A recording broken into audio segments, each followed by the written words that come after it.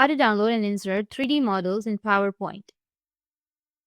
So if you want to download and insert 3D models in PowerPoint, then what you need to do is first, you just need simply open up your PowerPoint.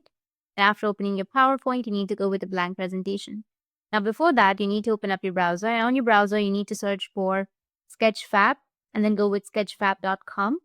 Here, you just need to simply scroll down and then select 3D models, or go and select any option that you're comfortable with. Like, for example, I'll go with architecture.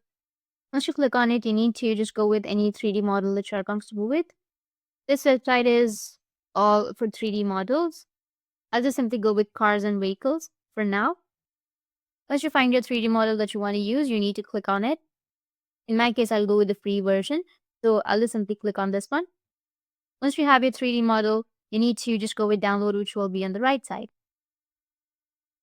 Just go with download and then click on I have agreed and then go with accept.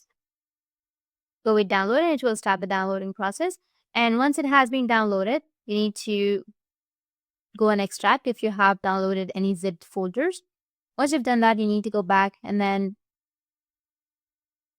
open up your PowerPoint.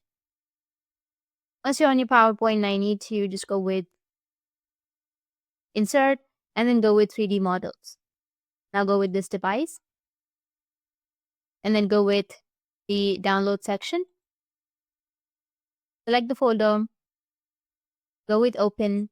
Once you've selected, wait for a few seconds and it will insert. So that's it. And if you have any questions, feel free to comment below. Thanks for watching.